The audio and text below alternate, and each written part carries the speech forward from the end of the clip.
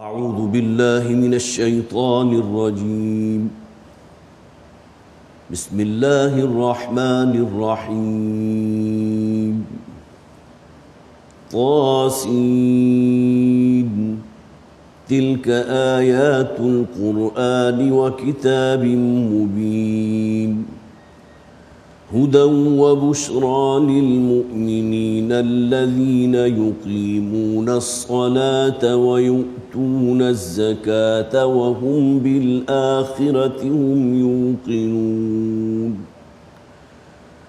إن الذين لا يؤمنون بالآخرة زينا لهم أعمالهم فهم يعمهون أولئك الذين لهم سوء العذاب وهم في الآخرة هم الأخسرون وإنك لتلقى القرآن من لدن حكيم عليم إذ قال موسى لأهلهم آنست نارا سآتيكم منها بخبر أو آتيكم بشهاب قبس لعلكم تصطلون فلما جاءها نودي أن بورك من في النار ومن حولها وسبحان الله رب العالمين يا موسى إنه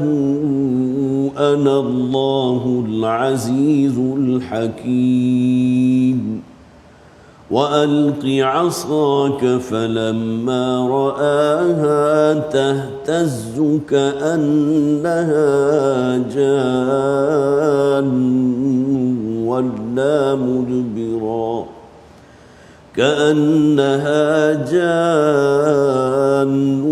ولا مدبرا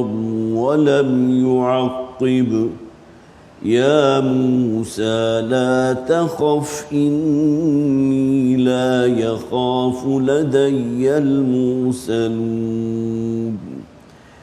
إلا من ظلم ثم بدل حسنا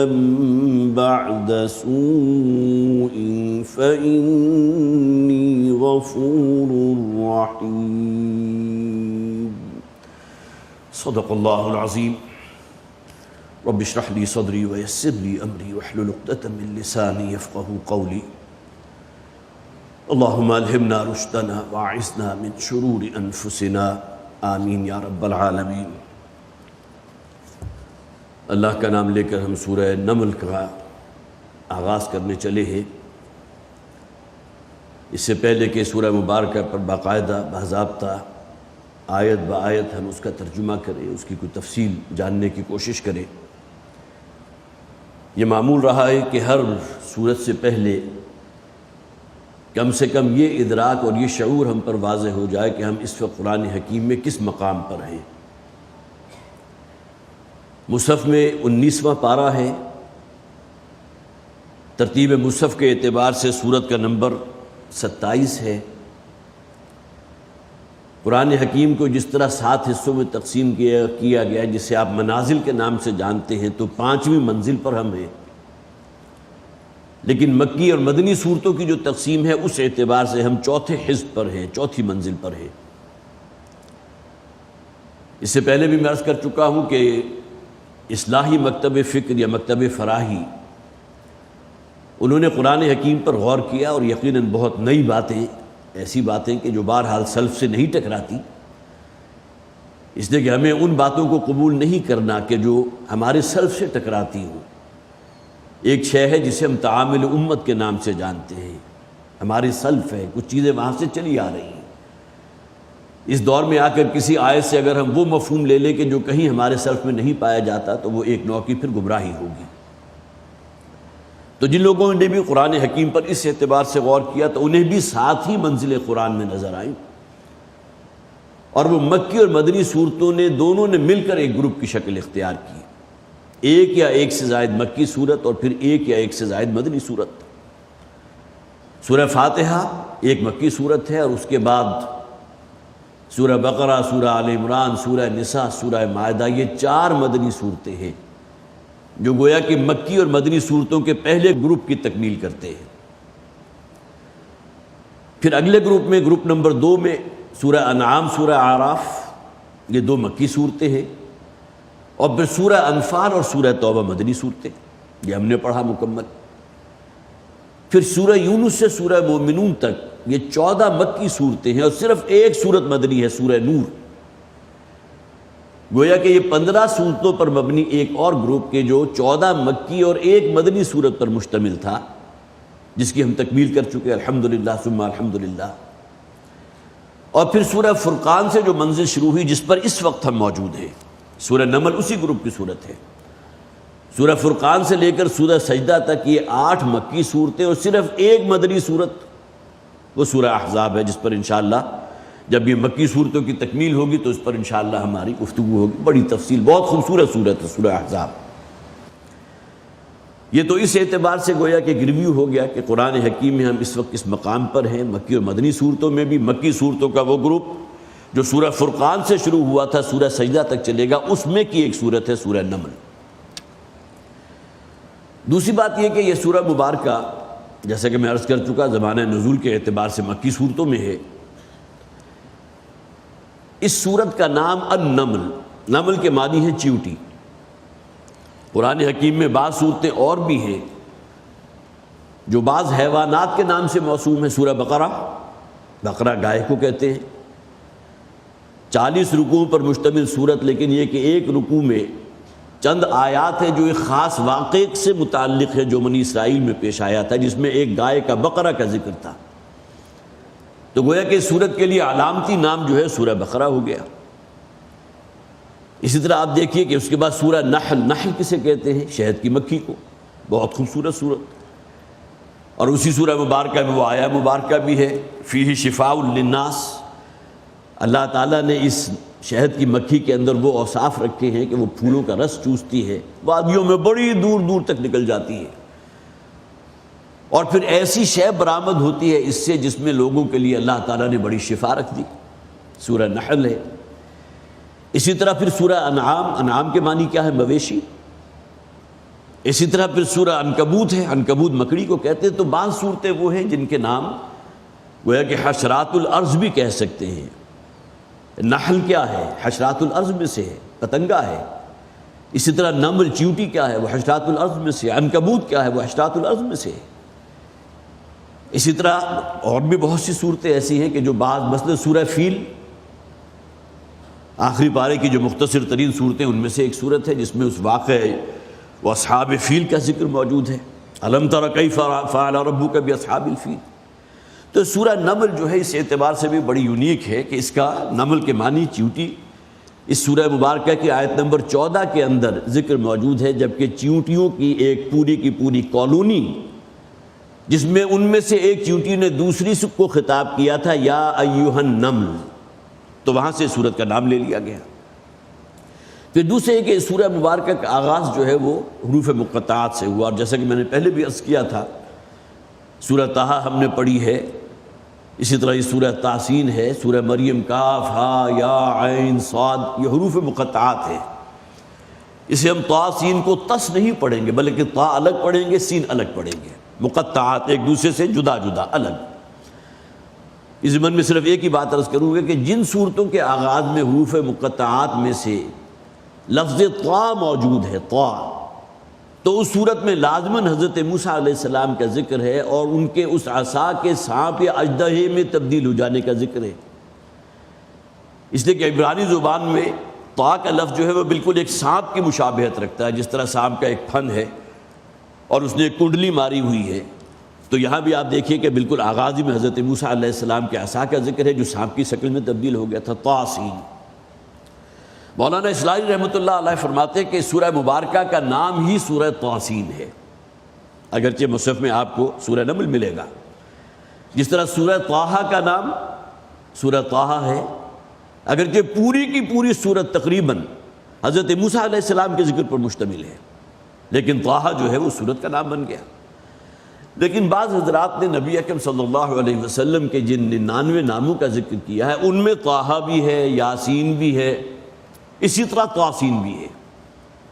خاص طور پر وہ صورتیں کہ جہاں حروف مقطعات کے فوراً بعد حضور کا ذکر ہے مخاطب کے صورت میں، طٰہٰ ما انزلنا علیک القرآن لتشقیٰ. یہاں گویا کہ ایک گنجائش نکلتی ہے کہ طٰہٰ جو ہے وہ حضور کا نام ہے اور آپ کو مخاطب کیا گیا، اے طٰہٰ، اے حضور، اے محمد صلی اللہ علیہ وسلم، ہم نے یہ قرآن آپ پر اس لیے نازل نہیں کیا تھا کہ آپ کسی سختی میں یا مشقت میں مبتلا ہو جائیں. اسی طرح یاسین کے شروع میں بھی بالکل آغاز میں ذکر جو ہے نبی اکرم صلی اللہ علیہ وسلم سے خطاب کے ساتھ ہے. یہاں تلک آیات القرآن و کتاب مبین. یہ قرآن اصل میں آیات کی شکل میں ہے، یہ توقیفی امور میں سے ہے کہ نبی اکرم صلی اللہ علیہ وسلم پر آیات نازل ہوئی اور آیات نے مل کر سورتوں کی شکل اختیار کی، اور سورتیں جو ہیں ان کا حجم، ان کی باؤنڈری یہ بھی اللہ تعالیٰ کی طرف سے متعین ہے. گویا کہ نبی اکرم صلی اللہ علیہ وسلم نے جس شکل میں قرآن حکیم امت تک منتقل کیا تھا وہ آیات اور سورتوں کی شکل میں تھا. نہ سپاروں کی تقسیم تھی، نہ منازل کی تقسیم تھی، نہ زبر زیر پیش تھے، نہ رکوعوں کی تقسیم تھی. یہ تمام چیزیں بعد کے دور میں ہماری سہولت کے لیے جو علامات کے طور پر مقرر کر دی گئی. تلک آیات القرآن و کتاب مبین، یہ آیات ہیں قرآن حکیم کی، و کتاب مبین، اور یہ قرآن وہ کتاب ہے جو بالکل کھلی ہے، اس میں کوئی شے مبہم نہیں ہے. اس سورہ مبارکہ کے بارے میں نے نوٹ کیا ہوا تھا کہ حضرت عبداللہ ابن عباس رضی اللہ تعالیٰ عنہ کی روایت موجود ہے. وہ فرماتے ہیں کہ اس سورہ مبارکہ کا زمانہ نزول مکی دور کا بالکل وسط ہے، اس لیے کہ جو مضامین آپ کے سامنے آئیں گے تب بھی آپ اندازہ لگا سکتے ہیں. اور ساتھ ہی انہوں نے فرمایا کہ یہ تینوں صورتیں، سورہ شعراء، سورہ نمل اور اس کے فوراً بعد سورہ قصص، یہ تینوں صورتیں یکے بعد دیگرے نبی اکرم صلی اللہ علیہ وسلم پر نازل ہوئیں. یہ حضرت عبداللہ ابن مسعود رضی اللہ تعالیٰ عنہ، حضرت عبداللہ ابن عباس رضی اللہ تعالیٰ عنہ ان کا قول بھی ہے، اور اسی طرح حضرت جابر ابن عبداللہ رضی اللہ تعالیٰ عنہ ان کا قول بھی ہے کہ یہ تینوں صورتیں مکی دور کے تقریباً وسط میں یکے بعد دیگرے نازل ہوئی ہیں. پہلے سورہ شعراء نازل ہوئی جس کی ہم نے پچھلی مرتبہ تکمیل کی تھی، اور پھر سورہ یہ نمل ہے، اور اس کے بعد سورہ قصص ہے. پھر اس سورہ مبارکہ کے مضامین اگر آپ ذہن میں، جسے آپ ایک بلو پرنٹ کہتے ہیں، ایک طائرانہ نظر ڈالیں تو یہ 2 حصوں پر مشتمل ہے. پہلا حصہ 5 رکوعوں پر مشتمل ہے اور دوسرا حصہ 2 رکوعوں پر مشتمل. پہلے 5 رکوعوں کے اندر کچھ کردار پیش کیے گئے، جیسے کہ میں نے عرض کیا تھا کہ جو طویل صورتیں ہیں ان کا آغاز اور اختتام بڑا جامع ہوتا ہے. جیسے کہ وہ آیات جو آج ہمارے زیر مطالعہ آئیں گی، حضرت موسیٰ علیہ السلام کے ذکر سے قبل اس میں بڑی بہت ہی خوبصورت انداز ہے، گویا کہ کسی بڑی صورت کا جو آغاز ہو رہا ہے بہت ہی اس کے اندر جمال بھی ہے، جلال بھی ہے. آغاز کی آیات بالکل اسی نوعیت کی. پھر حضرت موسیٰ علیہ السلام کا ذکر، اور اس کے فوراً بعد ذکر کیا گیا حضرت سلیمان علیہ السلام، حضرت داؤد علیہ السلام کا. اور پھر ایک اور تیسری مثال جو یہاں پیش کی گئی وہ ملکہ سبا کی ہے، وہ بھی انشاءاللہ ہمارے اسی درس میں آئے گی، آج تو ممکن نہیں ہے. اور پھر حضرت ہود علیہ السلام جو قوم عاد کی طرف بھیجے گئے، حضرت صالح علیہ السلام ان کا ذکر، اور حضرت لوط علیہ السلام. گویا کہ پہلا حصہ تو اسی اعتبار سے جو قصص الانبیاء ہم کہتے ہیں، اللہ تعالیٰ نے اپنے جلیل القدر اولو العزم من الرسل میں سے جن رسولوں کو بھیجا مختلف قوموں کی طرف، تو ان کے احوال و واقعات بڑے اختصار کے ساتھ بڑی تفصیل سے ہم پڑھ چکے مکی صورتوں میں، لیکن مکی صورتوں میں یہ انداز آپ کو جا بجا نمایاں ملے گا. اور پھر جو دوسرا حصہ ہے اس میں اہل قریش سے، مکہ سے خطاب ہے، انہیں جھنجھوڑا بھی گیا ہے، بیدار بھی کیا گیا ہے، ان سے کچھ سوالات بھی کیے گئے ہیں کہ اس کائنات کے نظام پر غور کرو، یہ سورج کا طلوع ہونا ہے، پھر بارشوں کا برسنا ہے، پھر ہواؤں کا چلنا ہے، کیا یہ تمام چیزیں خود بخود ہو رہی ہیں یا کوئی اور ذات ہے کہ جس کے کنٹرول میں ہے، جس نے اس کائنات کی نہ صرف تخلیق کی ہے بلکہ یدبر الامر، اسی کا حکم رواں دواں ہے، اسی کے حکم کے تحت یہ کائنات چل رہی ہے. تو آخری حصہ اس صورت کا جو ہے ان قریش مکہ سے مخاطب ہے اور ان سے بات ہو رہی ہے. انہیں کچھ متنبع کیا گیا، انہیں کچھ جھنجھوڑا گیا، اور پہلے حصے میں اس طرح آپ کو مختلف کردار نظر آئیں گے۔ اب آئیے اللہ کا نام لے کر باقاعدہ اس کا مطالعہ شروع کرتے ہیں۔ طاسین حروف مقطعات، تلک آیات القرآن و کتاب مبین، یہ آیات ہیں قرآن حکیم کی، اور قرآن بھی وہ کہ جو ایک کھلی کتاب ہے، ہدی و بشریٰ للمؤمنین۔ یہ قرآن ہدایت بھی ہے اور بشارت بھی ہے، لیکن بشارت کن کے لیے؟ للمؤمنین، اہل ایمان کے لیے۔ قرآن حکیم کا کل بنی نوع انسان کے لیے ہدایت نامہ ہونا، وہ تو قرآن کے مطالعے کا آپ آغاز کریں گے، شروع میں تو آپ کو ھدی للمتقین کے الفاظ ملیں گے، الف لام میم ذالک الکتاب لا ریب فیہ ھدی للمتقین، لیکن اسی سورہ مبارکہ میں 23ویں رکوع میں فرما دیا گیا ھدی للناس، شہر رمضان الذی انزل فیہ القرآن ھدی للناس وبینات من الھدی والفرقان۔ گویا کہ پوٹینشلی تو قرآن حکیم کل بنی نوع انسان کے لیے ہدایت ہے، لیکن اس سے ہدایت حاصل کون کریں گے؟ وہی لوگ کہ جن کے اندر کچھ نہ کچھ رمق تقویٰ کی موجود تو ہو، کوئی خدا خوفی تو ہو، کوئی ہدایت کو حاصل کرنا تو چاہیں، کوئی تشنگی یا پیاس تو موجود ہو ہدایت تک پہنچنے کی۔ ایک شخص ہے جو اپنے نفس پرستی ہی میں مبتلا ہے اور اس دنیا پرستی ہی کے اندر جو ہے دن رات اس کے بیت رہے ہیں، جس کے اوپر احساس تک نہیں ہے کہ ہمیں مرنا بھی ہے، مرنے کے بعد زندگی بھی ہے، پھر دین کے بھی کچھ تقاضے ہیں، پھر ہمیں کوئی ہدایت نامہ بھی، اس سے بھی کوئی ہدایت حاصل کرنی چاہیے، ان کا معاملہ بالکل دوسرا ہے۔ لیکن وہ شخص کہ جو چاہتا ہے، سیدھے رستے پر آنا چاہتا ہے، اللہ تعالیٰ نے ضمیر نامی شے تو ہر شخص میں رکھ دی، جو اسے متنبع کرتا ہے کہ فلاں شے غلط ہے، فلاں برائی ہے، فلاں گناہ ہے، فلاں فسق و فجور ہے، اور فلاں شے وہ ہے کہ جو ورچو ہے، جو نیکی ہے، جو اللہ کی طرف، خیر کی طرف لے جانے والی شے انسان کے اندر موجود ہے۔ اول تو یہی شے انسان کے لیے سب سے بڑی دلیل ہے، نیکی اور بدی کی تمیز جو اللہ تعالیٰ نے انسان کے لیے ودیت کر دی۔ لیکن اتمام حجت کے لیے اللہ تعالیٰ وقتاً فوقتاً اپنے نبیوں کو، اپنے رسولوں کو بھیجتے ہیں تاکہ لوگوں کے پاس کوئی عذر باقی نہ رہے، لئلا یکون للناس علی اللہ حجۃ بعد الرسل، اللہ کے سامنے پیش کرنے کے لیے کوئی عذر ان کے پاس نہ ہو کہ پروردگار ہمیں معلوم نہیں تھا کہ تو کیا چاہتا ہے۔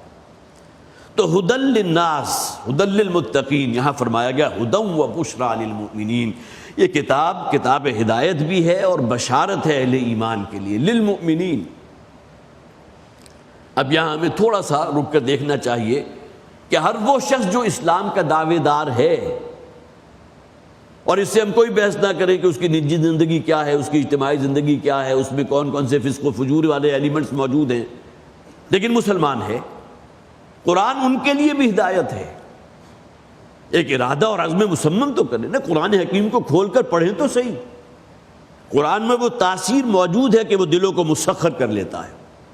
وَإِذَا تُلِيَتْ عَلَيْهِمْ آيَاتُهُ زَادَتْهُمْ إِيمَانًا، قرآن حکیم کی آیات کی جب ان پر تلاوت کی جاتی ہے تو ان کی ایمانی جذبات کو جلا حاصل ہوتی ہے، اس میں اضافہ ہوتا ہے۔ تو ہدایت ہے اور بشرا اور خوشخبری ہے، تہنیت ہے، مبارکباد ہے، کن لوگوں کے لیے؟ للمؤمنین، ان مؤمنین کے لیے الذین یقیمون الصلاة ویؤتون الزکاة وہم بالآخرۃ ہم یوقنون۔ بڑی اہم بات ہے، صرف کسی مسلمان خاندان میں پیدا ہو جانا تو نجات کے لیے ہرگز کافی نہیں ہے، جب تک کہ وہ بنیادی شعائر اسلام جس کا یہاں ذکر کیا گیا، یہ تو بنیاد ہے نا،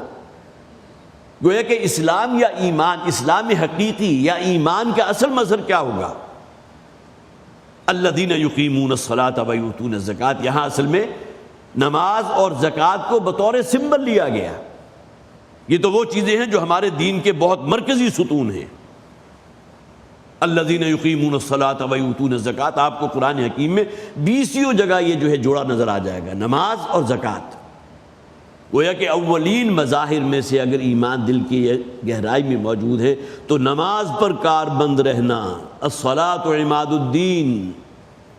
من ترک الصلاۃ متعمدا فقد کفر، جو شخص جان بوجھ کر نماز کو ترک کرتا ہے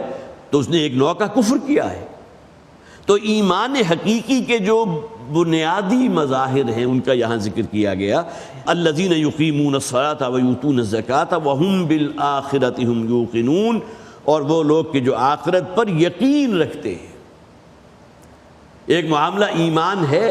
اپنی جگہ بہت بڑی حقیقت، دل کا یقین والا ایمان، لیکن آخرت پر ایمان کی جو ڈائمنشن درکار ہے وہ یقین والی ڈائمنشن درکار ہے۔ سورہ بقرہ کے آغاز میں بھی کیا فرمایا گیا؟ وَهُمْ بِالْآخِرَةِ هُمْ يُوقِنُونَ، بالکل وہی الفاظ جو یہاں ہیں کہ وہ لوگ کہ جو آخرت پر ایمان جو ہے وہ ایقان والے درجے کا رکھتے ہیں، یقین والے درجے کا۔ اس لیے کہ انسان کے عمل اور اس کے سیرت و کردار پر سب سے بڑھ کر جو شے اثر انداز ہو سکتی ہے وہ آخرت کا یقین ہے۔ وَبِالْآخِرَةِ هُمْ يُؤْمِنُونَ بھی آ سکتا تھا، وہ آخرت پر ایمان رکھتے ہیں، لیکن قرآن حکیم میں کئی مقامات پر آخرت کے ساتھ جو ذکر کیا گیا، یوقنون کا ذکر کیا گیا، ایمان جو ہے وہ یقین کی حیثیت میں، ایقان والا ایمان۔ ان الذین لا یؤمنون بالآخرۃ زینا لهم اعمالهم فهم یعمہون، یقیناً وہ لوگ کہ جو آخرت پر ایمان نہیں رکھتے ان کے اعمال کو ہم نے بڑا مزین کر دیا۔ اول تو یہ پوری دنیا ان کے لیے مزین کر دی گئی۔ سورہ کہف دجالی فتنے سے بچنے کے ضمن میں تیر بہدف سورہ کہف، جس کے بارے میں احادیث موجود ہے۔ اور دجل کسے کہتے ہیں؟ فریب کو۔ یہ اس دنیا کی رنگینیاں، یہاں کی دل فریبیاں، یہاں کی رعنائیاں، یہاں کا رنگ و روپ، یہاں کی زیب و زینت، سب سے بڑا دھوکہ یہ ہے، سب سے بڑا فریب یہ ہے۔ قرآن حکیم میں کتنے مقامات پر کہا گیا کہ دنیا کی زندگی وما متاع الحیات الدنیا الا غرورا، سوائے دھوکے کے سامان میں کچھ نہیں۔ لیکن اپنی جگہ انتہائی اہم ہے کہ یہاں ہی کی تمہاری کمائی ہوگی جس کی بنیاد پر آخرت میں یا ہمیشہ ہمیش کے لیے اللہ تعالیٰ کی رحمتیں، اللہ کا فضل حاصل ہوگا، یا پھر ہمیشہ ہمیش کے لیے جہنم کی دہکتی ہوئی آگ ہے۔ یہ دنیا ہی کی مہلت عمر ہے نا، یہاں کی لمحات ہیں نا، وہ لمحے جو آپ نے اللہ کی یاد میں بسر کی آپ کے لیے بہت بڑا ایسٹ بن جائیں گے، اور وہ لمحے جو آپ نے شیطان کے نقش پا کی پیروی میں صرف کیے، فاسق و فاجر لوگوں کی معیت میں گزارے، وہ آپ کے لیے بہت بڑی زحمت بن جائیں گے۔ یہی دنیا کے اوقات ہیں جو اپنی جگہ بہت بڑی حقیقت ہے۔ الدنیا مزرعۃ الآخرہ، بڑی چھوٹی چھوٹی احادیث ہیں۔ اور مجھے یاد ہے کہ 8ویں جماعت میں جو ہماری کتاب ہوتی تھی اسلامیات کی، تو اس کے اندر یہ چھوٹی چھوٹی احادیث جو ہیں وہ ہمیں یاد کرا دی گئی تھی۔ بہت خوبصورت بات، الدنیا مزرعۃ الآخرہ، دنیا تو آخرت کی کھیتی ہے۔ یہاں بیج بو گے، اس کی آبیاری کرو گے، یہاں محنت کرو گے، اللہ کی فرما برداری اختیار کرو گے تو فصل تم آخرت میں حاصل کرو گے۔ تو ان الذین لا یؤمنون بالآخرۃ زینا لهم اعمالهم، ہم نے ان کے اعمال کو ان کے لیے بڑا مزین کر دیا۔ اور شیطان کی فریب کاریوں میں یہ بہت بڑا ایک ہتھیار ہے اس کے پاس کہ وہ اعمال کو مزین کر دیتا ہے۔ بے حیائی اور یعنی فحاشی، ایک عنوان دیجئے یہ ہمارا کلچر ہے، یہ گویا کہ کلچر ہو گیا، بڑی خوبصورت اصطلاح ہے، لیکن اس چادر کو جب آپ ذرا پھاڑیں گے اندر سے کیا شے برآمد ہوگی؟ انتہائی تعفن والی شے، بے حیائی ہے اور یعنی فحاشی، لیکن کلچر کا نام دے دیا گیا۔ ہمارے ثقافتی طائفے جا رہے ہیں، کس کام کے لیے جا رہے ہیں؟ ناچ اور رنگ کی محفلیں وہاں جمائیں گے، یہ شیطان مزین کرتا ہے نا۔ اسی طرح بعض اوقات انسان کو شیطان بظاہر ایک نیکی کے عمل میں مبتلا کر کے برائی کے رستے پر ڈال دیتا ہے۔ والد محترم جس کی مثال دیا کرتے تھے، بعض حضرات نے پہلے بھی سنی ہوگی، کہ کسی شخص کو تہجد کی نماز کے لیے اٹھا دیا لیکن فرض کی نماز سے غافل کر دیا۔ معلوم ہوا فجر کب آئی اور کب نکل گئی، فجر پڑھی یا نہیں پڑھی، لیکن یہ کہ جسے آہ سحرگاہی کہتے ہیں، صبح کے اوقات کی جو لذت تھی، شیطان نے وہ رستہ دکھا دیا اور وہ شے جو فرض ہے وہ اس کی نگاہوں سے اوجھل کر دی۔ تو یہ دنیا پوری کی پوری بھی مزین کر دی گئی، بڑی زیب و زینت اس میں ہے، اور خاص طور پر شیطان ان کے اعمال کو مزین کر دیتا ہے۔ زینا لهم اعمالهم فهم یعمہون، اور اس کا نتیجہ کیا نکلتا ہے کہ اسی دنیا کی زندگی میں وہ سر مارتے پھرتے ہیں، سرگرداں رہتے ہیں، اپنے آپ کو ہلکان کر لیتے ہیں۔ وہ لوگ کہ جن کے پاس اپنے ہی نہیں اپنی آئندہ نسلوں کے لیے بہت کچھ موجود ہے، دن رات ایک کیا ہوا ہے انہوں نے مزید کمائی کے لیے، حل من مزید، معلوم ہوتا ہے کہ وہ جامع جو ہے کبھی بھر ہی نہیں سکتا۔ یہ لالچ، طمع اور حرص سے جو انسان کو اس رستے پر ڈال دیتی ہے جس کا کوئی اینڈ نہیں ہے، اور حضور نے فرمایا کہ انسان کی حرص، طمع اور لالچ کو کوئی شے نہیں بھر سکتی سوائے قبر کی مٹی کے۔ جب موت آئے گی، آنکھیں بند ہو جائیں گی، تو معاملہ معلوم ہوتا ہے کہ وہ جو حیوانی تقاضا تھا شاید تب ختم ہوگا، لیکن جب تک سانس ہے آس رہے گی روپے پیسے کی، آگے سے آگے نئی نئی ڈائمنشن جو ہے وہ بزنس کاروبار اس میں اور آگے سے آگے بڑھتے چلے جا رہے ہیں۔ ان میں سے کسی چیز سے منع نہیں کیا گیا، لیکن یہ کہ اس میں اصل شے کیا ہے کہ آپ کی تقدیم کون سی ہے، مقدم کس شے کو ہم نے رکھا۔ دنیا مقدم ہو گئی، آخرت اگر پسے پش چلی گئی تو تباہی ہے، بربادی ہے۔ آخرت مقدم ہے، اور انسان دنیا میں بھی محنت کرتا ہے، اللہ تعالیٰ نے اس کے کاروبار میں، تجارت میں، بزنس میں برکت بھی دی ہے، اور بے دریغ خرچ بھی کرتا ہے اللہ کے دین کے لیے، خلق خدا کی بہبود کے لیے، سب کر رہا ہے۔ لیکن اگر اس کا رخ جو ہے وہ صحیح ہے تو کامیاب ہے۔ حضرت عثمان رضی اللہ تعالیٰ عنہ، حضرت عبد الرحمن ابن عوف رضی اللہ تعالیٰ عنہ بہت ہی کامیاب تاجروں میں ان کا شمار ہوتا تھا، جن کی دولت کا اندازہ جو ہے نہیں کیا جا سکتا۔ 900 اونٹ حضرت عثمان رضی اللہ تعالیٰ عنہ نے ساز و سامان سے پوری طرح لدے ہوئے غزوہ تبوک کے موقع پر حضور کے حوالے کیے تھے۔ 900 اونٹ کی تعداد آپ اندازہ لگائیے کتنا زر کثیر ہے۔ آخر اتنا کچھ ان کے پاس تھا تو انہوں نے دیا نا، لیکن ہر لحظہ ان کے سامنے جو شے مقدم رہی ہے وہ آخرت رہی ہے۔ تو یہ تقدیم و تاخیر ہے جو اصل میں فیصلہ کن ہوتی ہے۔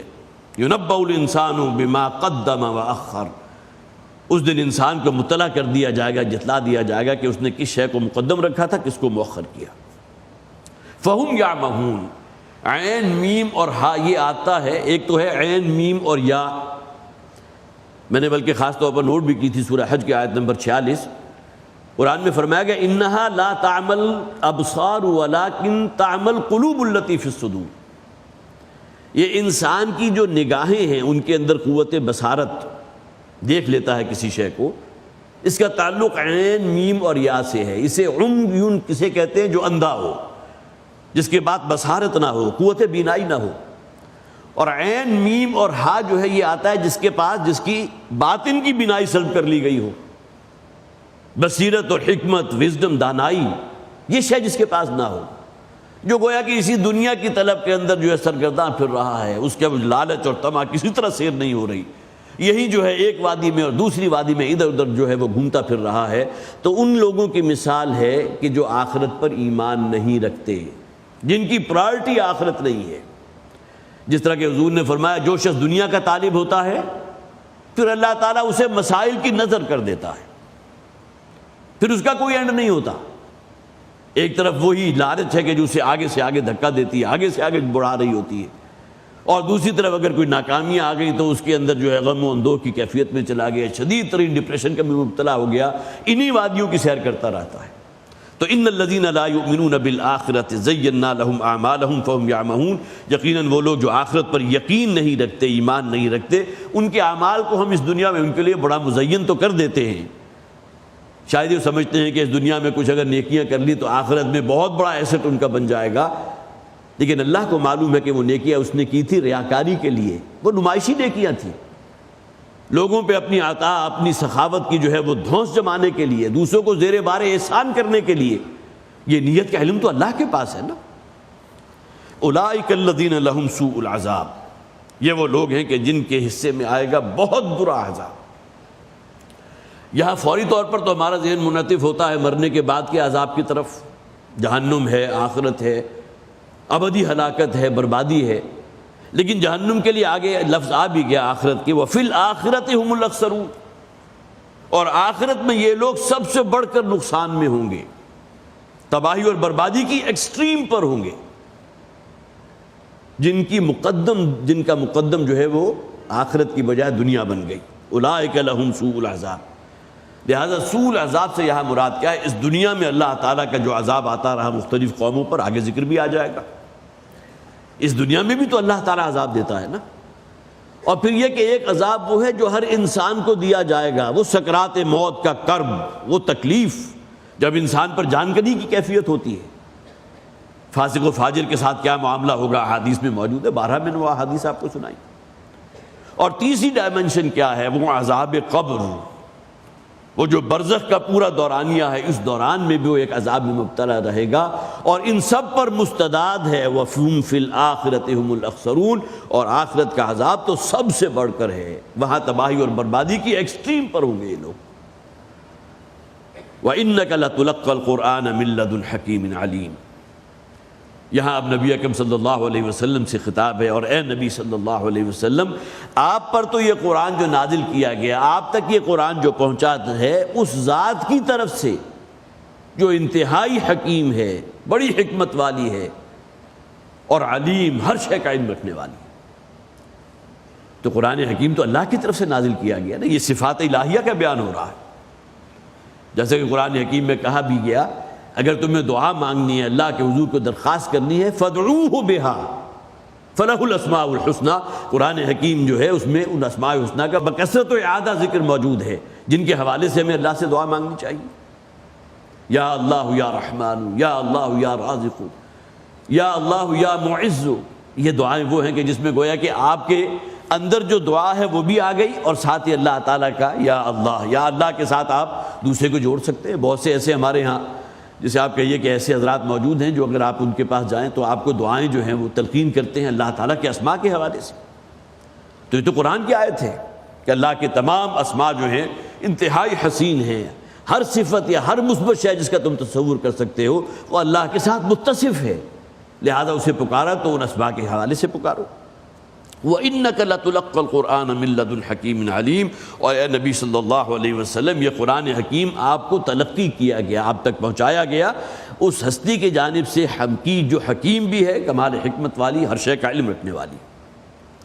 یہ ابتدائی 6 آیات اس کی تمہیدی نوعیت کی تھی۔ اب آئیے، جیسا کہ میں نے عرض کیا تھا، اس سورہ مبارکہ کا جو پہلا حصہ ہے اس میں حضرت موسیٰ علیہ السلام کا ذکر، پھر حضرت سلیمان علیہ السلام کا ذکر، پھر ملکہ سبا، ان کا ذکر بھی اسی ایک رکوع کے اندر موجود ہے، پھر حضرت صالح کا ذکر بھی، حضرت لوط علیہ السلام کا ذکر، حضرت موسیٰ سے اب آغاز ہو رہا ہے۔ سورہ شعراء کو ہم نے پڑھی، جس کے بارے میں حضرت عبداللہ ابن عباس رضی اللہ تعالیٰ عنہ کی رائے میں نے آپ کے سامنے رکھی تھی کہ سورہ شعراء، سورہ نمل اور سورہ قصص دونوں یکے بعد دیگرے حضور پر نازل ہوئی، اور ان کا زمانہ نزول حضور کا مکی دور کا تقریباً نصف ہے۔ اذ قال موسیٰ لأہلہ انی آنست نارا، اب یہاں حضرت موسیٰ علیہ السلام کے ذکر سے گویا کہ آغاز ہو رہا ہے قصص الانبیاء کا، اور جب کہ کہا تھا موسیٰ نے اپنے گھر والوں سے، لأہلہ، سورہ طٰہٰ کے اندر تفصیل سے ذکر ہے۔ حضرت موسیٰ علیہ السلام جب گئے ہیں، ان کے ہاتھوں ایک قبطی کا قتل ہو گیا، اور اس کے بعد پھر یہ مصر سے نکلے ہیں اور پھر مدین پہنچے ہیں، پھر وہاں جو حضرت شعیب ہیں جو وہاں ایک شیخ قبیلہ تھا، یہ حضرت شعیب وہ نہیں ہے جن کا ذکر الگ سے موجود ہے، بلکہ یہ کہ بہرحال یہ بھی ایک شیخ قبیلہ ہیں، بعض مفسرین نے یہاں وہی حضرت شعیب مراد لیے، لیکن ان حضرت شعیب اور حضرت موسیٰ علیہ السلام کے ذکر درمیان تو بہت بڑا طویل دورانیہ ہے۔ وہاں سے واپسی کا سفر ہے، تقریباً 9 برس وہاں رہے ہیں، اور حضرت شعیب جو شیخ قبیلہ تھے انہی کی ایک صاحبزادی سے حضرت موسیٰ علیہ السلام کا نکاح ہوا ہے، اور بعض روایات میں ہے کہ وہ حاملہ تھی جبکہ آپ نے واپسی کا سفر اختیار کیا، اور واپسی کے سفر میں یہ واقعہ ہوا جبکہ حضرت موسیٰ علیہ السلام کو رسالت سے نوازا گیا، اس کا تفصیلی ذکر یہاں موجود ہے، سورہ طٰہٰ میں ہم نے بڑی تفصیل سے پڑھا تھا۔ اذ قال موسیٰ لأہلہ انی آنست نارا، جبکہ کہا موسیٰ علیہ السلام نے اپنے گھر والی سے، اپنے اہل سے، انی آنست نارا، مجھے وہ دور ایک آگ نظر آ رہی ہے۔ اب یہاں مفسرین نے لکھا ہے شدید سردیاں تھیں اور رات کا ہو کا عالم تھا، اندھیرا تھا، اور اسی میں آپ اپنا سفر جاری کیے ہوئے تھے، دن میں بھی سفر کیا ہوگا، اور ممکن ہے کہ رات کے کچھ اندھیرے تک، رات کی گہرائی میں جا کر تو پھر استراحت کی جاتی ہے اور پھر اعلیٰ صبح سفر کیا جاتا تھا، لیکن دیکھیے 12 رات کا سفر بھی، جس دوران میں یہ وقت آ گیا کہ آپ نے ایک جگہ پڑاؤ کیا، اور پھر آپ کو کہیں آگ کے شعلے جو ہے ایک وادی میں جو ہے وہ بھڑکتے ہوئے نظر آئے۔ سآتیکم منہا بخبر، تو میں اب جاتا ہوں اور وہاں سے کوئی خبر لے کر آتا ہوں، اس لیے کہ آگ روشن ہے تو ممکن ہے وہاں کوئی انسان بھی ہوگا جس نے آگ روشن کی، خود بخود تو آگ روشن نہیں ہو سکتی، اور پھر یہ کہ اس وادی کے اندر کہاں کس طرح ہمیں پہنچنا ہے، مصر کا سفر ہے، وہ سڑکیں یا شاہراہیں تو موجود نہیں تھیں، کوئی صحرا کا سفر ہے، صحرائے سینا، اور مولانا مودودی رحمۃ اللہ علیہ نے باقاعدہ اس کا تعین بھی کیا ہے، بلکہ 1960 میں جو انہوں نے سفر کیے تھے تو وہاں خاص طور پر اس جگہ کا ذکر بھی ہے جہاں ایک درخت موجود ہے، اور اس کے بارے میں ان لوگوں کا عقیدہ یہ ہے کہ یہ وہی درخت ہے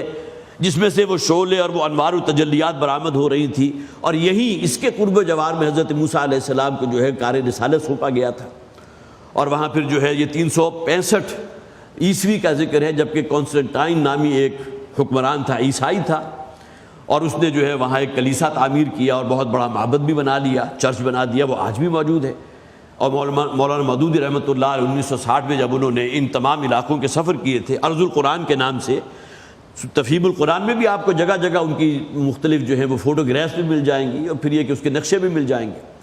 تو اس سورہ نمل میں اس باقاعدہ اس چرچ کا یا وہ کلیسا جو انہوں نے تعمیر کیا تھا، اور ان کے بقول بعین ہی یہی وہ جگہ ہے، یہ جگہ سطح سمندر سے تقریباً 5000 فٹ بلند ہے، اور ظاہر ہے کہ اس بلندی پر شدید سردی بھی ہوگی، اور وہ رات جس میں حضرت موسیٰ علیہ السلام سفر کر رہے تھے وہ کڑکڑاتی ہوئی سردی تھی، اور آگ کی ضرورت محسوس ہو رہی تھی کہ کوئی آگ ہو تو اس سے کچھ جو ہے کچھ وہ حرارت حاصل کی جا سکے۔ تو اب حضرت موسیٰ علیہ السلام وہاں سے روانہ ہوئے کہ وہ آگ مجھے نظر آ رہی ہے، تو سآتیکم منہا بخبر، تو شاید کہ میں وہاں سے کوئی خبر بھی لے کر آؤں جو ہمیں کوئی رہنمائی کر دے اس رستے میں، اس صحرا کی، او آتیکم بشہاب قبس لعلکم تصطلون، یا وہاں سے میں کچھ انگارے اور کچھ آگ تو لے آؤں تاکہ تم اسے تاپ سکو۔ اب سے گویا کہ یہیں سے ہمارے مفسرین نے یہ اندازہ لگایا کہ شدید سردی ہوگی، اور اپنے گھر والی کو کوئی حرارت پہنچانے کے لیے ان کی یہ خواہش بھی تھی کہ وہاں سے کوئی انگارے اور کوئی آگ جو ہے وہ لے آئیں مستعار۔ فلما جاءها نودی ان بورک من فی النار ومن حولها، اب جب حضرت موسیٰ علیہ السلام نے، اب یہ روایات ہیں مختلف، سورہ طٰہٰ میں بھی ہم نے پڑھا تھا کہ حضرت موسیٰ علیہ السلام جیسے جیسے اس درخت کے قریب ہوتے تھے وہ درخت ان سے اور کچھ دور ہوتا چلا جا رہا تھا، اور پھر یہ گھبرا کے جب پیچھے ہٹتے تھے تو وہ درخت ان کی طرف بڑھتا چلا آ رہا تھا۔ اب اس کی کیا روایات ہیں یا اس کی بنیاد کیا ہے، اس کا جو ہے بہت سے مفسرین نے ذکر نہیں کیا، لیکن اس کا تذکرہ آپ کو تفاسیر میں ملتا ہے۔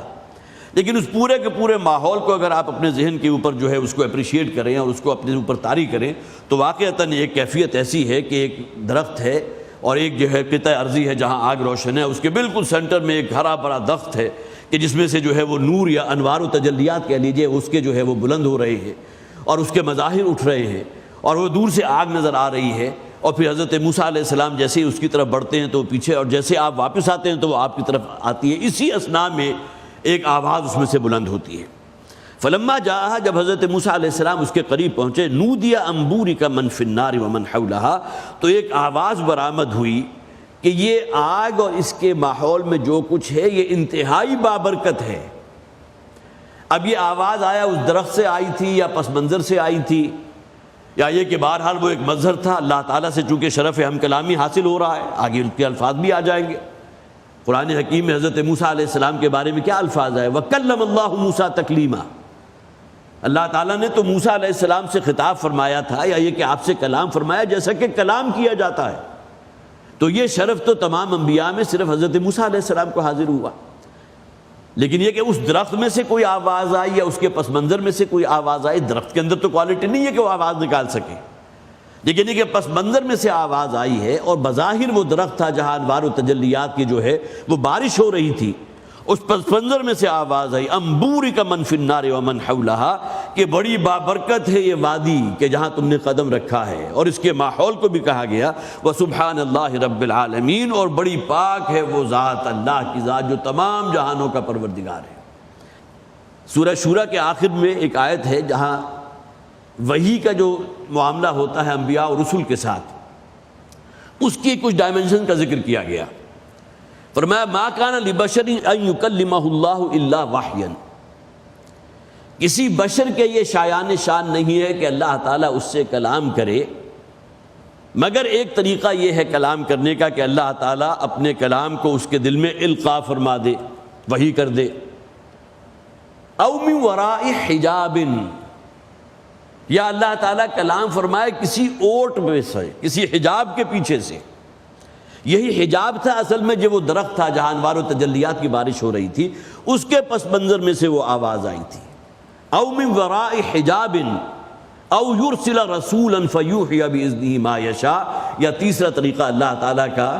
اپنے بندے سے کلام فرمانے کا یہ بھی ہوتا ہے کہ وہ اپنے فرشتے کو بھیجتا ہے، وہ اللہ کے کلام کو اس تک وہی پہنچا دیتا ہے۔ یہ تین طریقے ہیں جس کا ذکر کیا گیا سورہ شورا کے اندر۔ تو یہاں جو درمیانی شے ہے من وراء حجاب، ایک حجاب ہے موجود، اس کے پیچھے سے وہ آواز اللہ تعالیٰ کی آ رہی ہے، اور آواز کیا تھی؟ یا موسیٰ، اے موسیٰ، انہ انا اللہ العزیز الحکیم، اے موسیٰ یہ میں ہوں اللہ جو العزیز ہے الحکیم ہے۔ وہ کہ پہلا کلام ہے جو اللہ تعالیٰ کا حضرت موسیٰ علیہ السلام کو نصیب ہوا۔ سورہ طٰہٰ کے اندر اس کی اور مزید تفصیل ہے، اننی انا اللہ لا الہ الا انا فاعبدنی، وہاں اور تفصیل آ گئی، یہ میں ہوں جو اللہ ہوں، اننی انا اللہ لا الہ الا انا، کوئی معبود نہیں سوائے میرے، فاعبدنی، تم پر لازم ہے میری بندگی اور میری اطاعت کرو۔ یہ گویا کہ انائے کبیر ہے، یہ اللہ تعالیٰ کی انا ہے۔ اننی انا اللہ لا الہ الا انا، سورہ طٰہٰ میں آیا، اور یہاں فرمایا گیا انہ انا اللہ العزیز الحکیم۔ یہ جو تم مشاہدات کر رہے ہو، اللہ تعالیٰ محدود نہیں ہے، یہ تو اصل میں ایک پردہ ہے، ایک حجاب ہے، جس کی اوٹ میں اللہ تعالیٰ تم سے خطاب فرما رہا ہے، یا موسیٰ، اے موسیٰ۔ اب اس کے بعد سورہ طٰہٰ کے اندر تو اور پوری تفاصیل موجود ہے، وہاں نماز کا ذکر بھی ہے، زکوٰۃ کا ذکر، گویا کہ اولین وحی جو حضرت موسیٰ علیہ السلام کو اللہ تعالیٰ سے شرف ہم کلامی کی صورت میں حاصل ہوئی ہے، سورہ طٰہٰ کا مطالعہ کر لیجیے، وہاں تفصیل سے اس کا ذکر ہے، اور وہ ہمارے مطالعے سے گزر چکی ہے۔ یہاں بہت ہی مختصر الفاظ میں فرمایا گیا، یا موسیٰ انہ انا اللہ العزیز الحکیم والق عصاک۔ وہاں تفصیل دیکھنی ہو سورہ طٰہٰ کو دیکھ لیجئے، لیکن وہاں ایڈیشنل بات جو وہاں بھی بیان کی گئی تھی یہاں بھی آ گئی، اور اپنے عصا کو ذرا زمین پر رکھو، ذرا ڈال دو زمین پر۔ فلما رآہا، جب حضرت موسیٰ علیہ السلام نے اب عصا کو زمین پر ڈالنے کے بعد اس پر نظر ڈالی، تہتز، تو وہ رینگ رہا تھا، وہ حرکت کر رہا تھا، کأنہا جان، گویا کہ ایک سانپ ہے،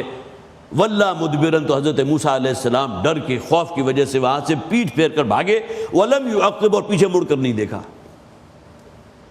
یہ واقعہ جیسا کہ میں نے عرض کیا سورہ طٰہٰ میں بھی بڑی تفصیل کے ساتھ ہے، یہاں بھی موجود ہے، شعراء میں موجود ہے، سورہ قصص میں موجود ہے۔ یہ تمام صورتیں وہ ہیں جس کے آغاز میں حروف مقطعات میں لفظ طا موجود ہے، اور وہاں ان کے عصا کا سانپ کی شکل میں تبدیل ہو جانا یا اژدہا کی شکل میں۔ حضرت موسیٰ علیہ السلام کا یہ عصا جن شکلوں میں تبدیل ہوا، قرآن حکیم میں 3 اصطلاحات اس کے لیے استعمال ہوئی۔ حیہ کا لفظ آیا، فَإِنَّمَا هِيَ حَيَّةٌ تَسْعَىٰ، حیہ تو ایک چھوٹے سے عام سانپ کو کہتے ہیں، اور جانن کہتے ہیں اس سانپ کو جو ذرا بڑا بھی ہے، جسے آپ ناگ کہتے ہیں،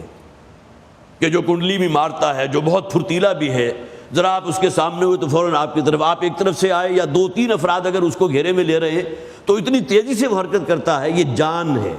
بہت ہی پھرتی کے ساتھ حرکت کرنے والا۔ اور ایک اور اصطلاح جو حضرت موسیٰ علیہ السلام کے اس عصا کے سانپ کے تبدیل ہو جانے کے معاملے میں قرآن میں استعمال ہوئی، وہ ثعبان کا لفظ ہے۔ ثعبان کہتے ہیں بہت بڑے اژدہے کو، ہمارے ہاں ایناکونڈا جو ہے جس کو کہتے ہیں، بہت بڑا اژدہا جو پورے ہرن جو ہے نگل جاتا ہے، بظاہر دیکھنے میں اس کا منہ بہت چھوٹا،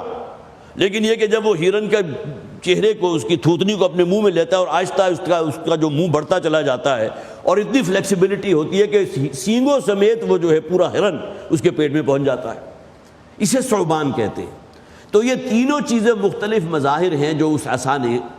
جو ہے اس کی شکل اختیار کی۔ اس موقع پر کیا ہوا، کأنہا تہتز کأنہا جان، اور وہ اس طرح رینگت رہا تھا جیسا کہ بہت ہی پھرتیلا قسم کا ناگ رینگ رہا۔ اور اس کا نتیجہ کیا نکلا، حضرت موسیٰ علیہ السلام پر خوف طاری ہوا، وَلَّا مُدْبِرًا وَلَمْ يُعَقِّبْ، وہ وہاں سے پیٹ پھیر کر بھاگے، اور اس کے بعد انہوں نے پیچھے مڑ کر نہیں دیکھا۔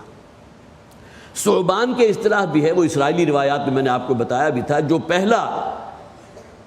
حضرت موسیٰ علیہ السلام کا مکالمہ ہوا ہے فرعون کے ساتھ، اور اس نے کہا تھا کیا ہے تمہارے پاس، تم کہتے ہو میں اللہ کا رسول ہوں، تو رسول تو میرا معجزات لے کر آیا، تمہارے پاس کیا ہے؟ تو انہوں نے کہا یہ میرا عصا ہے۔ اب جب عصا انہوں نے زمین پر ڈالا تو روایات میں یہ ہے وہ اتنے بڑے اژدہے کی شکل اختیار کر گیا کہ وہ فرعون کا جو محل تھا، اور محل کا آپ اگر تصور کریں تو اس کے بہت اونچے جو ہے کنگرے بھی تھے، مینار بھی تھے، کہ اس اژدہے کا پھن جو ہے ان کے میناروں سے بھی اونچا ہو گیا۔ ایک تفسیر کے اندر یہ بات بھی موجود ہے، ممکن ہے بعض اسرائیلی روایات میں سے یہ بات ماخوذ ہو، لیکن بہرحال ثعبان کا لفظ بہت بڑے اژدہے کے لیے آتا ہے۔ پھر کو جو مقابلہ ہوا تھا حضرت موسیٰ علیہ السلام کا جادوگروں کے ساتھ، اس میں سینکڑوں نہیں ہزاروں موجود تھے جو سانپ اور سپولیوں کی شکل میں تبدیل ہو گئے تھے، رسیاں بھی تھی، حبالہم عصیہم، اور ان کے پاس لکڑیاں بھی تھی، کچھ چھڑیاں بھی تھی، وہ تمام، اور وہ اژدہا ایک ہی لپٹ کے اندر تمام کو نگل گیا۔ اب اس سے بھی آپ اس کا والیوم یا اس کا اندازہ کر سکتے ہیں۔ تو یہ تینوں اصطلاحات قرآن حکیم میں حضرت موسیٰ علیہ السلام کے اس معجزے کے لیے استعمال ہوئی۔ یہاں فلما رآہا، جب حضرت موسیٰ نے اپنے اس عصا کو دیکھا، تہتز، تو وہ حرکت کر رہا تھا، رینگ رہا تھا، کأنہا جان، گویا کہ ایک ناگ ہے، ایک سانپ ہے۔ وَلَّا مُدْبِرًا وَلَمْ يُعَقِّبْ، حضرت موسیٰ علیہ السلام پیٹ پھیر کر وہاں سے بھاگے، اور پھر یہ کہ مڑ کر نہ دیکھا۔ یا موسیٰ لا تخف، اب اسی پس منظر سے پھر آواز آئی، یا موسیٰ لا تخف، اے موسیٰ کسی خوف میں مبتلا نہ ہو، انی لا یخاف لدی المرسلون، اس لیے کہ میری جناب میں جنہیں میں منتخب کر لیتا ہوں رسالت کے فریضے کے لیے، وہ کبھی خوف زدہ نہیں ہوتے۔ گویا کہ ایک خاص کوالٹی ہے جو اللہ تعالیٰ نے ان لوگوں کو ایٹریبیوٹ کی ہے۔ یہ تو میری محبت کا ایک پرتو ہوتا ہے، میں ان کے ساتھ میرا ایک معاملہ دوسرا ہوتا ہے، یہ نہیں ہوتا کہ میری بارگاہ میں آ کر وہ خوف زدہ ہو جائے۔ یہ الگ بات ہے کہ نبی اکرم صلی اللہ علیہ وسلم کو جو پہلا تجربہ ہوا تھا وحی کا، اس موقع پر آپ بھی پر بھی گھبراہٹ طاری ہوئی تھی، آپ بھی خوف زدہ ہوئے تھے۔ ایک شخص اچانک جو ہے غار کے دہانے پر پہنچ گیا اور اس کے پاس جو ہے ایک مصحف موجود ہے، اقرا پڑھو۔ حضور نے کہا مانا بقاری، میں تو نہیں پڑھ سکتا، میں تو پڑھا لکھا نہیں ہوں۔ تو روایات میں ہے کہ اس فرشتے نے، حضرت جبرائیل تھے علیہ السلام، آپ کو اپنی آغوش میں لے کر بہت زور سے بھیجا، پھر کہا پھر پڑھو 3 مرتبہ۔ اب اس ریپیٹیشن میں بھی بہرحال وہ جو پورا واقعہ ہوا، اس کے بعد نبی اکرم صلی اللہ علیہ وسلم نے آگے پھر حضرت جبرائیل نے پڑھا ہے، اور پھر ساتھ ان کے اتباع میں پھر نبی اکرم صلی اللہ علیہ وسلم نے اقرأ بسم ربک الذی خلق، خلق الانسان من علق، اقرأ وربک الاکرم الذی علم بالقلم، علم الانسان ما لم یعلم، 5 آیات جو پہلی وحی تھی۔ تو وہ ایک گھبراہٹ کی کیفیت اس وقت حضور پر بھی طاری ہوئی تھی۔ یہاں جو فرمایا گیا انی لا یخاف لدی المرسلون، میری جناب میں یا میرے پاس جو ہے جنہیں میں بھیجتا ہوں رسول بنا کر، وہ کبھی خوفزدہ نہیں ہوتے، الا من ظلم ثم بدل حسنا بعد سوء، سوائے اس کے جس نے کوئی ظلم کیا ہو۔ اب یہاں مفسرین نے بڑی تفصیل سے لکھا ہے، اگرچہ عمدن وہ ظلم نہیں کیا تھا حضرت موسیٰ علیہ السلام سے، ان کے ہاتھ سے ایک قبطی جو ہے وہ مارا گیا۔ قبطی جو بھی اسرائیلی قوم کا تھا، اور بنی اسرائیل کے ایک فرد جو ہے باہم کہیں لڑ رہے تھے، حضرت موسیٰ علیہ السلام بچانے کے لیے آگے بڑھے، اور اسی غصے میں حضرت موسیٰ علیہ السلام نے قبطی کے چہرے کے اوپر گھوسا رسید کیا، فَوَقَذَهُ مُوسَىٰ فَقَضَىٰ عَلَيْهِ، اس گھوسے کے نتیجے میں قبطی جو ہے وہ ہلاک ہو گیا۔ اب حضرت موسیٰ کا قطعاً ارادہ اسے ہلاک کرنے کا نہیں تھا، بلکہ انہیں آپس میں چھڑا رہے تھے، اور ممکن ہے بعض اوقات یہ لڑنے والے جو ہیں، جو چھڑانے والا ہوتا ہے اسی کے اوپر جو ہے وہ حملہ کر دیتے ہیں۔ جب حضرت موسیٰ علیہ السلام نے دیکھا ہوگا یہ قبطی اب میری طرف حملہ کر رہا ہے، تو حضرت موسیٰ نے جواباً ایک ایسا مکہ رسید کیا کہ جس پر اس کی موت واقع ہو گئی۔ یہ ایک معاملہ ہوا جن کا انہیں خلش بھی رہی، اور جب اللہ تعالیٰ کی طرف سے کہا گیا تھا اذهب الى فرعون انه طغى، کہ جاؤ اب فرعون کی طرف، اس لیے کہ وہ بہت بڑا باغی ہے، بڑا سرکش ہے، تو حضرت موسیٰ علیہ السلام نے کہا تھا کہ مجھے اندیشہ ہے کہ وہ مجھے وہاں پہنچتے ہی دیکھتے ہی قتل کر دیں گے، اس لیے کہ مجھ سے انجانے میں ایک قبطی کی جان چلی گئی تھی، اگرچہ میں نے کوئی قتل عمد نہیں کیا تھا، ارادتاً اسے قتل نہیں کیا تھا۔ تو یہاں ان لوگوں نے، ان مفسرین نے پھر اس کی تفسیر کی ہے الا من ظلم ثم بدل حسنا بعد سوء، سوائے اس شخص کے جس نے کچھ ظلم کیا ہو، لیکن یہ کہ اس کے بعد پھر اس نے اس کی تلافی بھی کر دی ہو، اس کے بعد اس نے نیکی بھی کمائی ہو، فإنی غفور رحیم، اس لیے کہ میں تو غفور ہوں اور رحیم ہوں۔ اور قرآن حکیم میں فرمایا گیا کہ حضرت موسیٰ علیہ السلام نے جب ان کے ہاتھوں یہ اس قبطی کا قتل ہو گیا تو آپ پر اس درجے ندامت ہوئی ہے کہ آپ نے کہا رب انی ظلمت نفسی فاغفر لی، اے پروردگار میں نے تو اپنے اوپر ظلم ڈھال دیا، میرے سے تو یہ معاملہ ہو گیا، قتل خطا ہو گیا، مجھے معاف فرما دے۔ اور ساتھ ہی الفاظ ہیں فغفر اللہ، اللہ تعالیٰ نے انہیں معاف فرما دیا۔ تو گویا کہ یہاں ایک جو ریئیکشن حضرت موسیٰ علیہ السلام میں ہوا کہ وہ وہاں سے کوئی خوف زدہ ہوئے، تو اس کی یہاں تعبیر ہمارے مفسرین نے کی ہے، ان سے چونکہ وہ ایک خطا کا معاملہ ہو گیا تھا، قتل خطا کا، یہ شے تھی کہ جس کی وجہ سے ان پر خوف اور دہشت طاری ہوئی۔ وَأَدْخِلْ يَدَكَ فِي جَيْبِكَ تَخْرُجْ بَيْضَاءَ مِنْ غَيْرِ سُوءٍ، اور ذرا اپنا ہاتھ اپنے گریبان میں ڈالو، جیبک، جیب ایک تو وہ ہوتی ہے جو ہمارے سائڈز پر ہوتی ہے، فرنٹ پر ہوتی ہے، لیکن گریبان کے لیے بھی الفاظ آتے ہیں، یا بغل میں ڈالو، تخرج بیضاء من غیر سوء، تو وہاں سے نکلے گا بالکل سفید چمکدار، اور وہ کسی بیماری کی وجہ سے نہیں ہوگا۔ جس طرح وہ لوگ کہ جنہیں برس ہو جاتا ہے ان کی پوری سکن جو ہے بہت وائٹ ہو جاتی ہے، تو یہ نہیں ہوگا کہ کسی برس کی وجہ سے یا کسی اور ایلمنٹ کی وجہ سے، کسی بیماری کی وجہ سے ان کا ہاتھ سفید ہو گیا ہو۔ من غیر سوء فی 9 آیات الی فرعون وقومہ، اور یہ 2 نشانیاں ان 9 میں سے ہیں جو اللہ تعالیٰ نے فرعون کی طرف دے کر حضرت موسیٰ علیہ السلام کو فرعون اور اس کی قوم کی طرف بھیجا۔ اب وہ 9 نشانیاں جن کا ذکر قرآن حکیم میں، یہاں 9 آیات، ایک فگر آ گئی، 9 کو کہتے ہیں، تو ان میں سے 2 کا یہاں ذکر کر دیا گیا، لیکن ہمارے مفسرین نے پھر قرآن حکیم میں سے ان کو جمع بھی کیا ہے۔ اس میں سب سے پہلے تو یہی عصائے موسیٰ جس کا ذکر آگے اژدہے کی شکل میں تبدیل ہو جانا، دوسرے ید بیضا بھی ہے، تیسرے یہ ہے کہ وہ جادوگروں کو جو شکست ہوئی تھی وہ ایک بہت بڑا معجزہ تھا کہ وہ سینکڑوں ہزاروں جو سانپ وغیرہ وہاں گردش کر رہے تھے، حضرت موسیٰ علیہ السلام نے، اژدہے نے سب کو نگل لیا۔ چوتھا یہ کہ بہت بڑا ایک قحط آیا تھا، اور پھر 5، 6، 7 اور 8 یہ وہ ہیں کہ جن کا ذکر جو ہے سورہ قصص کے اندر موجود ہے، کہ جس میں فَأَرْسَلْنَا عَلَيْهِمُ الطُّوفَانَ وَالْجَرَادَ وَالْقُمَّلَ وَالضَّفَادِعَ وَالدَّمَ، یہ 5 کا ذکر وہاں بھی موجود ہے، جس میں گویا کہ ٹڈی دل بھی آئے ہیں ان کے اوپر، پھر کھٹمل اور سسریوں کا عذاب ان کے اوپر آیا، پھر یہ کہ میڈکوں کا عذاب بھی آیا، اور پھر خون کا عذاب بھی آیا۔ وہ ایک ہی سورت سورہ اعراف کے اندر جو ہے ان 5 کا ذکر جو ہے یہاں الگ سے موجود ہے، 3 میں نے پہلے آپ کو گنوا دیے، تو گویا کہ یہ 9 ہو جائیں گے، 5 جمع 4 جس کا یہاں ذکر کیا گیا، فی 9 آیات بینات، یہ 9 نشانیاں ہیں، الی فرعون وقومہ، جو فرعون اور اس قوم کے اوپر وقتاً فوقتاً۔ یہ 2 تو وہ تھی جو حضرت موسیٰ علیہ السلام خود لے کر فرعون کے دربار میں حاضر ہوئے تھے، اور ان دونوں کا جو ہے گویا کہ معجزہ ہونا اس موقع پر ثابت ہو گیا، لیکن بقیہ وہ ہے کہ جو وقتاً فوقتاً اللہ تعالیٰ کی طرف سے اس قوم پر جو ہے عذابوں کی شکل میں ان پر نازل ہوئی۔ یہ پوری قوم جو ہے حضرت موسیٰ کے پاس آتی تھی کہ اپنے رب سے دعا کیجئے کہ ہمارے اوپر سے اس عذاب کو کسی طرح ساقط کر دے۔ حضرت موسیٰ علیہ السلام دعا فرماتے تھے، وہ عذاب ان پر سے ساقط کر دیا جاتا تھا، لیکن قوم جو ہے پھر ٹس سے مس نہیں ہوتی تھی، حالانکہ وعدہ وہ کرتی تھی کہ اگر یہ عذاب ہم پر سے ٹال دیا جائے تو ہم ایمان لے آئیں گے۔ تو اس کا ذکر آپ کو مختلف صورتوں کے اندر مل جائے گا، لیکن یہ کہ وہ 9 کی 9 جو ہے وہاں یہ میں نے گنوا دی، جس میں سے 5 کا ذکر فَأَرْسَلْنَا عَلَيْهِمُ الطُّوفَانَ وَالْجَرَادَ، ٹٹی دل کا عذاب، والقمل اور کھٹمل اور سسریوں کا آغاز، والضفادع اور مینڈکوں کا آغاز۔ اور یہ عذاب ایسا تھا کہ کسی برتن کو اٹھاتے تھے اندر سے مینڈک پھدکتا ہوا نکلتا تھا، ہنڈیا چڑھائی ہوئے چولہے کے اوپر، تھوڑی دیر بعد ڈھکنا اٹھا کر دیکھا تو ہنڈیا میں جو بھی شے ہے وہ خون ہے کہ جو ابل رہا ہے، جوش مار رہا ہے۔ اب یہ مختلف عذاب اس قوم کے اوپر اللہ تعالیٰ نے مسلط کیے تاکہ وہ کچھ خبردار ہوں، لیکن قوم ٹس سے مس ہوئی، اس کا نتیجہ یہ نکلا کہ اللہ تعالیٰ نے اس قوم کو پھر غرق کر دیا، اور پھر یہ کہ بڑا عذاب ان کے اوپر نازل کیا گیا، یہ مختلف عذابوں کے علاوہ بھی۔ ابھی اس رکوع کی چند آیات باقی ہیں، لیکن ہمارا چونکہ وقت ختم ہو گیا، اب اسی پر میں ختم کر رہا ہوں۔ اللہ تعالیٰ ہمیں خاص طور پر ابتدائی جو 5 آیات تھی بہت جامع ہیں، ان کو یاد کرنے کی کوشش کیجیے، اور پھر یہ کہ اس میں ہمارے لیے بڑا میسج بھی ہے۔ پہلے انبیاء اور رسول کا جو معاملہ ہے اپنی قوم کے ساتھ، جو ان کا پھر مکالمہ ہوتا رہا مختلف صورتوں کے اندر، اس کا ہم تفصیل سے ذکر پڑھتے رہے ہیں، لیکن ان تمام چیزوں میں ہمارے لیے بھی بڑی نصیحت کی چیزیں ہیں۔ اللہ تعالیٰ ہمیں ان کو سمجھنے کی، ان پر غور و فکر کرنے کی، عمل کرنے کی توفیق عطا فرمائے۔ بارک اللہ لی ولکم فی القرآن العظیم ونفعنی وإیاکم بالآیات والذکر الحکیم۔